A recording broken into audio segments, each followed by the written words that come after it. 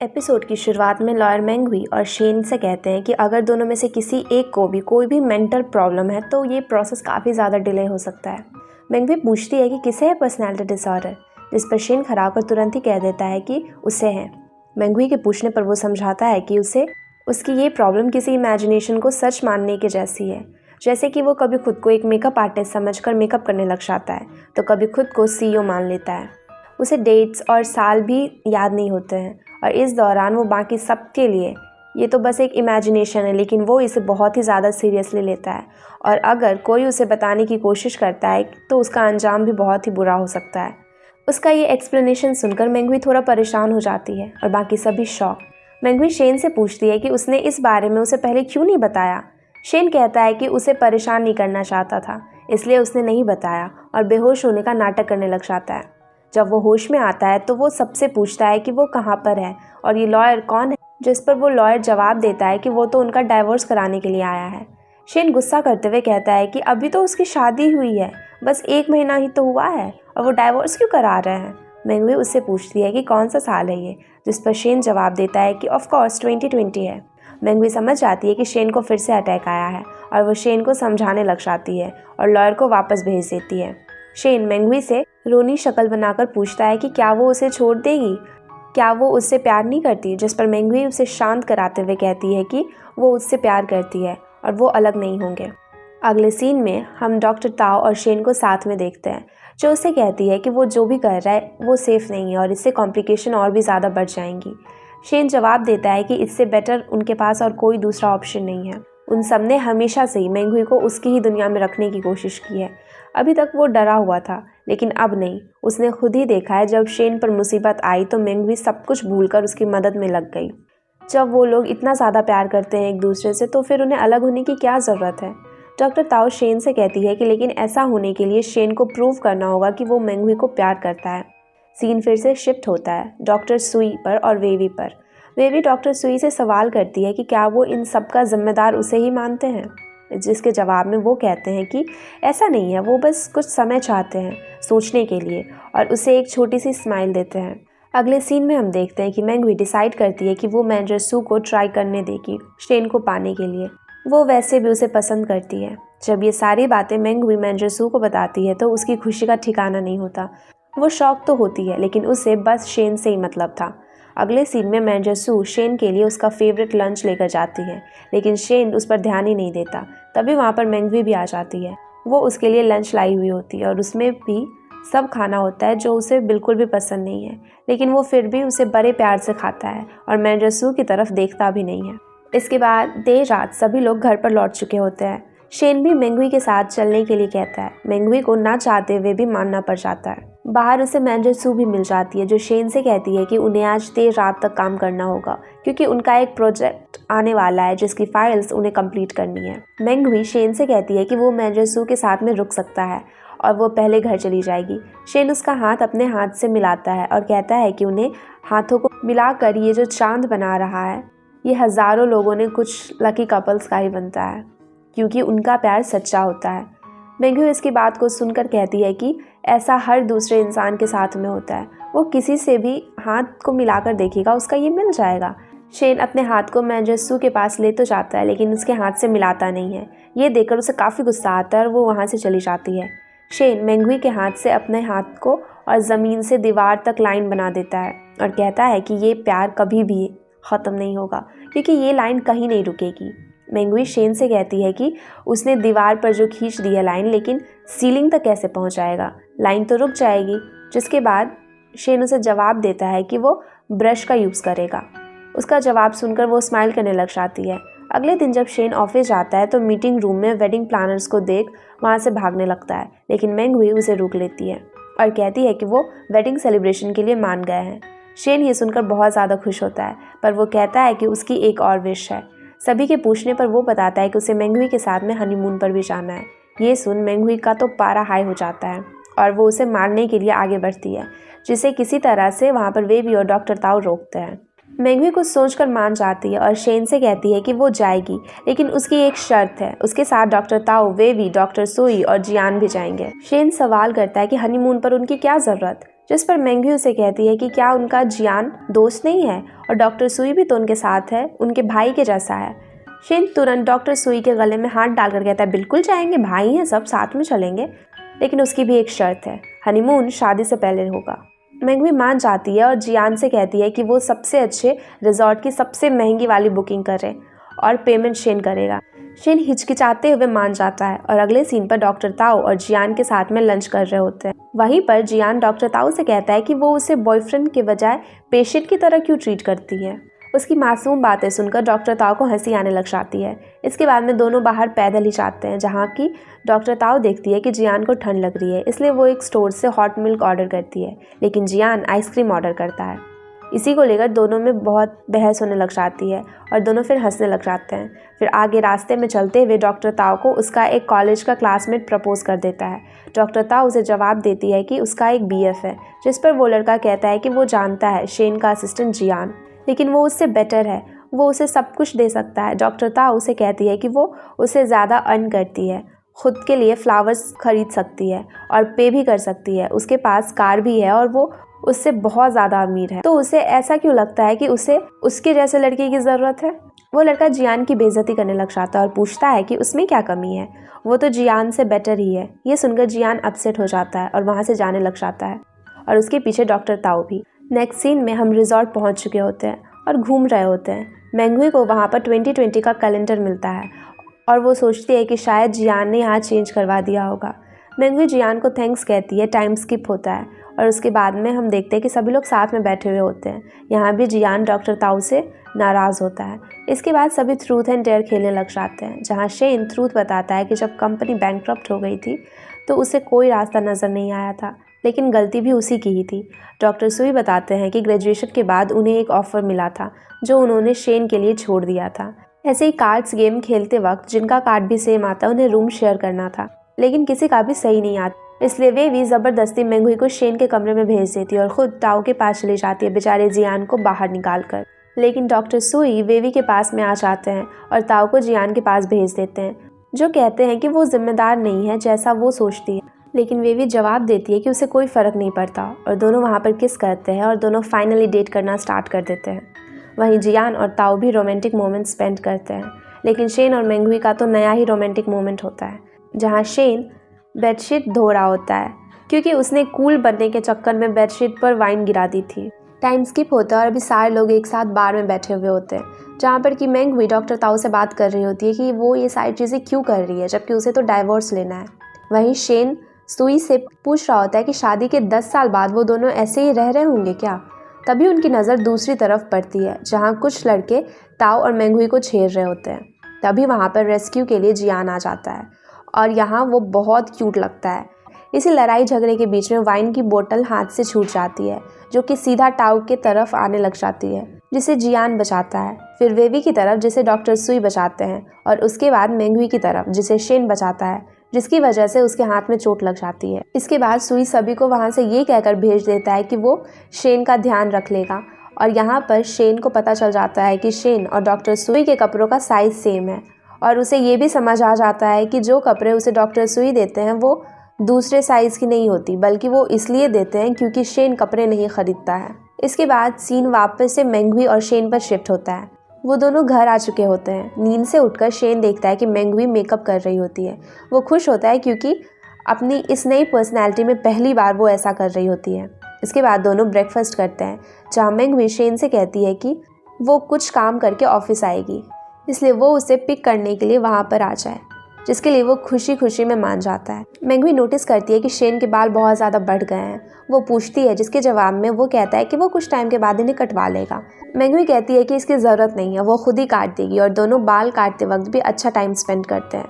इसी बीच किचन को देखते हुए मैंगवी शेन के बहुत ही ज़्यादा बाल काट देती है और माफ़ी मांगती है, जिसके जवाब में शेन कहता है कि ये बहुत ही ज़्यादा अच्छी हेयर स्टाइल है। इसके बाद मैंगवी मैंड्रेसू से मिलती है और कहती है कि जैसा उसने उसे बताया था कि शेन उससे प्यार करता है और मैंगवी के पास होने के कारण वो उसे अवॉइड करता है, ऐसा कुछ भी नहीं है। मैंड्रेसू कहती है कि इससे क्या फ़र्क पड़ता है, क्या वो भूल गई है कि शेन ने उसे अपना कर्ज चुका दिया है? मैंगवी जवाब देती है कि अब वो मैनिपुलेट नहीं होने वाली है। वजह चाहे जो भी हो, शेन उससे प्यार करता है और वो अब उनके बीच को किसी को भी आने नहीं देगी। ये सुनकर मैंजरसू को गुस्सा आ जाता है और वो वहाँ से उठकर चली जाती है। वहीं वेवी और टाओ मैंगवी के पास में आकर बैठ जाती है। वो उसकी तारीफ़ करती है मैंजरसू को मज़ा चखाने के लिए और फिर मैंगवी एक्सेप्ट कर लेती है कि उसे शेन से फिर से प्यार हो गया है। सीन ऑफिस में शिफ्ट होता है जहाँ की शेन का हेयर स्टाइल देखकर सभी लोग शॉक हो जाते हैं, लेकिन उसकी तारीफ़ भी करते हैं। इसके बाद उसे रास्ते में मैंजरसू मिल जाती हैं, जो शेन से पूछती है कि उसने अपने बालों का क्या हाल बना रखा है। वो उसी रास्ते जा रही है, उसके साथ चले तो वो उसका अच्छे से हेयर कट करवा देगी। शेन जवाब देता है कि उसकी ज़रूरत नहीं है, वो अच्छे से जानता है कि वो क्या करने की कोशिश कर रही है। मैंजरसू बेशर्मों की तरह शेन से कहती है कि इसमें प्रॉब्लम ही क्या है। वो जानता है कि उससे कितना ज़्यादा प्यार है। शेन उससे कहता है कि इसमें कोई दो राय नहीं है कि वो बेहतरीन काम करती है, लेकिन अब उसे रिज़ाइन कर देना चाहिए, जिससे शेन से वो प्यार करती है। वो उसकी इमेजिनेशन है, वो सिर्फ मैंगवी से प्यार करता है और ये भी सच है। ये सुनकर मैंजरसू वहाँ से गुस्से से चली जाती है और अपना सामान पैक करते वक्त वो थोड़ा अपसेट होती है, अपने बीते हुए टाइम को याद करते हुए। सीन चेंज होता है और डॉक्टर ताओ और डॉक्टर सुई शेन के साथ में होते हैं। ताओ कहती है कि इतना सब कुछ हो जाने के बाद भी मैंगवी ठीक नहीं हो रही है, उसे एक बार उसे डाइवोर्स के लिए तो कहकर देखना चाहिए, जिसके लिए वो सीधा मना कर देता है। और फिर वो डॉक्टर सुई से कहता है कि उसे मैंगवी के स्कार के लिए कुछ करना चाहिए, क्योंकि सारी प्रॉब्लम्स की जड़ तो वही है। शेन ऑफिस में सभी को डॉक्टर स्मिथ से अपॉइंटमेंट लेने के लिए कहकर चला जाता है, लेकिन किसी का भी वहाँ पर अपॉइंटमेंट नहीं लगता। फाइनली उसे पता चलता है कि डॉक्टर सुई ने ऐसा कर दिया है, लेकिन इसके लिए उन्हें 5 सालों के लिए इंग्लैंड जाना होगा। शेन उनसे मिलने के लिए जाता है, यहाँ पर उनका पैचअप भी हो जाता है सही मायनों में, लेकिन वो अपसेट भी होते हैं क्योंकि डॉक्टर सुई उसे समझाते हैं और फिर उसे कहते हैं कि उनके जाने के पीछे उनका खुद का ही रीज़न है। डॉक्टर ताओ मैंगवी को डॉक्टर स्मिथ के बारे में बता देती है, लेकिन वो मना कर देती है क्योंकि उसे शेन के साथ में रहकर उसका ध्यान रखना था। शेन का नाटक अब उस पर ही भारी पड़ने वाला था। डॉक्टर सुई जब ये बात वेवी को बताते हैं कि उन्हें 5 सालों के लिए इंग्लैंड जाना पड़ जाएगा, जिससे कि वो काफ़ी ज़्यादा सैड हो जाती है। उसे बुरा लगता है कि अब भी वो मैंगवी को ही चूज़ कर रहे हैं और यहाँ पर उसका बुरा लगना नेचुरल भी था, क्योंकि इन सब के बीच में डॉक्टर सुई मैंगवी और शेन के लिए ही तो सारी चीज़ें कर रहे थे और बेचारी वेवी बीच में ही फंस के रह जा रही थी। यहाँ दोनों का ब्रेकअप हो जाता है, जहाँ वेवी कहती है कि उसने डेट तो किया, बस सिर्फ 1 दिन के लिए। इसके बाद मैंगवी और शेन साथ में रेस्टोरेंट में खाना खाते हैं और यहाँ मैंगवी उसे बता देती है कि वो जाएगी इंग्लैंड अपने ट्रीटमेंट के लिए। इसके बाद अगला दिन भी आ जाता है, जहाँ शेन मैंगवी को सी ऑफ करने के लिए जाता है। वेवी भी वहीं पर होती है। शेन कहता है कि डॉक्टर सुई भी एयरपोर्ट पर ही हैं, लेकिन वेवी मैंगवी को कॉल करने के लिए कहकर चली जाती है। नेक्स्ट सीन में वेवी को शूट के वक्त में ठंड लग रही होती है। उसकी असिस्टेंट उसे उसका कोट दे देती है, लेकिन उससे भी उसे ठंड लगती है, इसलिए वो वापस कर देती है। वेवी वहाँ पर डॉक्टर सुई की एक झलक देखती है। उसका पीछा करने पर वो तो नहीं मिलता, लेकिन उसके लिए हॉट कॉफ़ी और कोट रखे हुए होते हैं। इसके बाद ऑफिस में शेन का ध्यान मीटिंग में बिल्कुल भी नहीं होता। वो कहता है कि उसके लिए हर वीक इंग्लैंड के लिए एक टिकट होनी चाहिए। जियान उसे बताता है कि नेक्स्ट वीक उसकी मीटिंग है, जिस पर वो चिढ़ जाता है। तभी उसे कॉल आता है डॉक्टर सुई का, जो कहते हैं कि फ़्लाइट का टाइम हो रहा है, लेकिन मैंगवी नहीं आ रही है। उसके बाद डॉक्टर ताओ का भी, जो उसे घर चेक करने के लिए कहती है। शेन जब घर जाता है तो उसे वहाँ पर मैंगवी का बैग मिलता है और वहीं पर वो भी मिल जाती है। शेन के पूछने पर वो कहती है कि वो उसे ऐसी हालत में छोड़कर नहीं जा सकती।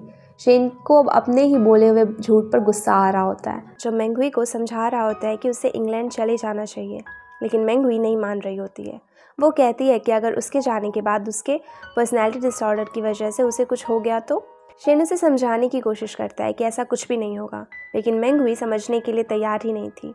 शेन यहाँ तक कहता है कि वो उसके साथ इंग्लैंड चलेगा, लेकिन वो फिर भी नहीं मानती और कहती है कि उसका ध्यान रखना चाहती है वो, इसलिए वो कहीं भी नहीं जाएगी। वो कहती है कि पहले उसे लगता था कि शेन उसके साथ उसके स्कार की वजह से है, लेकिन वो गलत थी। वो उसे सच में प्यार करता है। शेन को कुछ भी समझ में नहीं आ रहा होता है और वो फाइनली कुछ सोचकर मैंगवी को डाइवोर्स के लिए कहता है। ये सुनकर मैंगवी शॉक हो जाती है। सीन चेंज होता है और हम डॉक्टर ताओ और शेन को देखते हैं।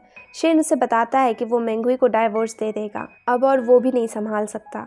डॉक्टर ताओ उसकी बातें सुन उससे सवाल करती है कि क्या वो ये कह रहा है कि वो गिव अप कर रहा है, जिस पर शेन जवाब देता है कि उसने ये पर्सनैलिटी डिसऑर्डर वाला ड्रामा इसलिए किया था क्योंकि वो मैंगवी को ठीक करना चाहता था, लेकिन वो तो इसकी वजह से अपने स्कार का ट्रीटमेंट भी नहीं करवाने के लिए जा रही है। डॉक्टर सुई ने उसके लिए अपनी ज़िंदगी के 5 साल इंग्लैंड में बिताने के लिए भी हामी भर दी। इसके पीछे सबकी मेहनत है और शायद इसी से वो ठीक भी हो सकती है। वो इस तरह से अब हारते हुए नहीं देख सकता उसको, इसलिए अब वो डाइवोर्स लेगा। कम से कम मेंगुई अपना ट्रीटमेंट तो करा लेगी। सीन फिर से शेन के घर में शिफ्ट होता है, जहाँ वो अपनी पैकिंग करके बैठा हुआ होता है। तभी वहाँ पर मेंगुई भी आ जाती है। वो अपने दिल पर पत्थर रखकर उससे कहता है कि वो डाइवोर्स चाहता है और ज़्यादा वो नाटक नहीं कर सकता और उसके स्कार वाले फेस के साथ में वो ज़िंदगी भर नहीं रह सकता। मेंगुई अपना सर नीचे कर उससे कहती है कि उसे सब कुछ पता है, पर वो जा कहाँ रहा है, वो उसे रोकेगी भी नहीं। शेन बताता है कि वो कुछ दिनों के लिए डॉक्टर सुई के यहाँ पर रहने के लिए जा रहा है, लेकिन अपना ऑफिस में वो काम ज़रूर करने के लिए आएगा। मेंगुई के पास में अब वेवी आती है, जो उसे समझाती है कि शेन ये सब कुछ उसके लिए कर रहा है क्योंकि वो अपना ट्रीटमेंट नहीं करवाने के लिए जा रही है। मेंगुई उससे कहती है कि वो उसे छोड़कर कैसे जा सकती है। वेवी समझाती है कि अगर तुम उसे छोड़कर नहीं जा सकती तो उसे साथ में लेकर जाओ ना। अगला सीन ऑफिस का होता है, जहाँ के सारे वर्कर्स अब आते हैं तो देखते हैं कि शेन वहाँ पर उदास होकर बैठा हुआ है और उसे सांत्वना देने लग जाते हैं कि सब कुछ ठीक हो जाएगा, जो इमोशनल से ज़्यादा फ़नी लग रहा होता है। इसके बाद में शेन मेई को कहता है कि वो अपने सारे प्रोडक्ट्स को कम दामों पर ही सेल करे। ये सुनकर सब कहते हैं कि ऐसा तो उससे नुकसान हो जाएगा, लेकिन उसे कोई फ़र्क नहीं पड़ता था। वो तो बस मुंह लटका कर बैठा हुआ है। फाइनली सारे एम्प्लॉयज़ डिसाइड करते हैं कि वो मेंगुई को मनाएंगे। सभी एक रेस्टोरेंट में मिलते हैं और मेंगुई को समझाते हैं और वो मान भी जाती है और दौड़ते हुए उसी जगह से जाती है जहाँ कि शेन उदास होकर बैठा हुआ था। बहुत देर हो जाती है, अंधेरा भी हो जाता है, लेकिन शेन नहीं आता, तो वो उदास होकर वापस अपने घर आ जाती है। तभी उसे डॉक्टर सुई का कॉल आता है, जो उसे बताते हैं कि शेन ने बहुत ज़्यादा ड्रिंक कर ली है, इसलिए वो उसे लेकर घर जा रहे हैं। हम शेन को देखते हैं जो पूरा ड्रंक था और अजीब हरकतें कर रहा होता है। वो कार के आगे बैठकर कहता है कि उसे कहीं नहीं जाना है, उसे मेंगुई से बहुत ज़्यादा प्यार है और वो नहीं चाहता कि उनका डाइवोर्स हो। थोड़ी देर में डॉक्टर सुई उसे मेंगुई के पास पहुंचा देते हैं और वहां से अपनी जान छुड़ाकर भाग जाते हैं। लेकिन घर में भी शेन अजीब सी हरकतें कर रहा होता है। फाइनली वो मेंगुई से कहता है कि उसे डाइवोर्स नहीं चाहिए। भले उसका रिश्ता स्कार से शुरू हुआ था, लेकिन अब वो सचमुच में उससे प्यार करता है और वो उसके साथ में ही रहना चाहता है। और इतना कन्फेस करने के बाद वो बेहोश हो जाता है। जब उसकी आंखें खुलती है तो वो हॉस्पिटल में होता है और उसके आसपास सभी लोग होते हैं। मेंगुई कहती है कि वो यही चाहता था ना कि वो अपने स्कार का इलाज करवाने के लिए हाँ कर दे, तो वो करवाएगी, लेकिन शेन को भी उसके साथ में ही इंग्लैंड जाना पड़ेगा। शेन ऑफिस का कहता है तो मेंगुई कहती है कि यहाँ जियान और मैं है ना, वो ऑफिस को अच्छे से संभाल लेंगे और वो दोनों अच्छे रिस्पॉन्सिबिलिटी को लेने के लिए भी तैयार हैं। वो लोग ये सब कुछ कर सकते हैं। इसके बाद फाइनली दोनों अब डिसाइड करते हैं कि उनका डाइवोर्स नहीं होगा और सभी वापस उनकी शादी की तैयारियों में लग जाते हैं। जियान उस वेडिंग प्लानर को फ़ोन करता है जो उसकी वेडिंग को देख रहा होता है, लेकिन वो पहले ही मना कर देता है क्योंकि वो भी परेशान हो चुका था। इन लोगों ने इतनी बार वेडिंग को कैंसिल किया, लेकिन थोड़ा मनाने के बाद फिर वो फाइनली मान भी जाता है। इसके बाद में वेवी और डॉक्टर सुई मिलते हैं और डॉक्टर सुई मेंगुई को सॉरी कहते हैं और वेवी वहाँ से रोते हुए चली जाती है। फाइनली शादी का दिन भी आ जाता है। सभी लड़कियां मेंगुई को तैयार कर रही होती हैं और शेन और डॉक्टर सुई भी बहुत ही स्टाइल में वहाँ पर वेडिंग वेन्यू पर आए हुए होते हैं। वहाँ पर मैनेजर सू भी आती है। मैं उससे सवाल करती है कि वो यहाँ पर कैसे है, जिस पर शेन कहता है कि उसने ही इतने सालों तक उसके साथ में काम किया है, तो शर्मिंदा होने की कोई ज़रूरत नहीं है, वो यहाँ पर आ ही सकती है। उसे देखकर सभी एम्प्लॉयज़ बातें करते हुए मुंह बनाने लग जाते हैं और यहाँ मैनेजर सू को पता चल जाता है कि मेंगुई अब भी 2030 में ही जी रही है, तो फिर से उसके शैतानी दिमाग में कुछ चलने लग जाता है। अगले सीन में हम शेन को देखते हैं जो कि मेंगुई के पास में कुछ खाने के लिए लेकर आया हुआ होता है, लेकिन उसे देखने के बाद वो उससे अपनी नज़र हटा ही नहीं पाता है। मेंगुई उससे पूछती है कि क्या हुआ, जिस पर वो जवाब देता है कि वो बहुत ही ज़्यादा खूबसूरत लग रही है। मेंगुई ये सुनकर स्माइल करने लग जाती है। शेन उससे कहता है कि उसने सुबह से कुछ भी नहीं खाया है, इसलिए वो उसके लिए कुछ खाने के लिए लेकर आया है। मेंगुई थोड़ी वीक दिख रही होती है। शेन उससे इसका रीज़न पूछता है, जिस पर वो कहती है कि वो स्लीपी फील कर रही है, उसे बहुत नींद आ रही है और उसके सर में भी दर्द हो रहा है। शेन उसके पास के सोफे पर उसे बिठा देता है और डॉक्टर ताओ को बुलाता है। डॉक्टर ताओ मेंगुई के पास में बैठकर उससे पूछती है उसका कोई ड्रीम पूरा होता हुआ दिख रहा है उसे, जिस पर वो कहती है कि हाँ, उसका सबसे बड़ा ड्रीम शेन से शादी करने का है, जो कि अब पूरा हो रहा है। डॉक्टर ताओ शेन से कहती है कि घबराने की कोई बात नहीं है, वो सोने के बाद बिल्कुल ठीक हो जाएगी। इसके बाद शेन और मेंगुई नीचे आते हैं, जहाँ शेन मेंगुई से कहता है कि वो जल्दी से शादी तो ख़त्म कर लेते हैं, लेकिन इसके बाद में वो सो सकती है। वहीं पर डॉक्टर सुई भी वेवी को समझाने की कोशिश कर रहे होते हैं।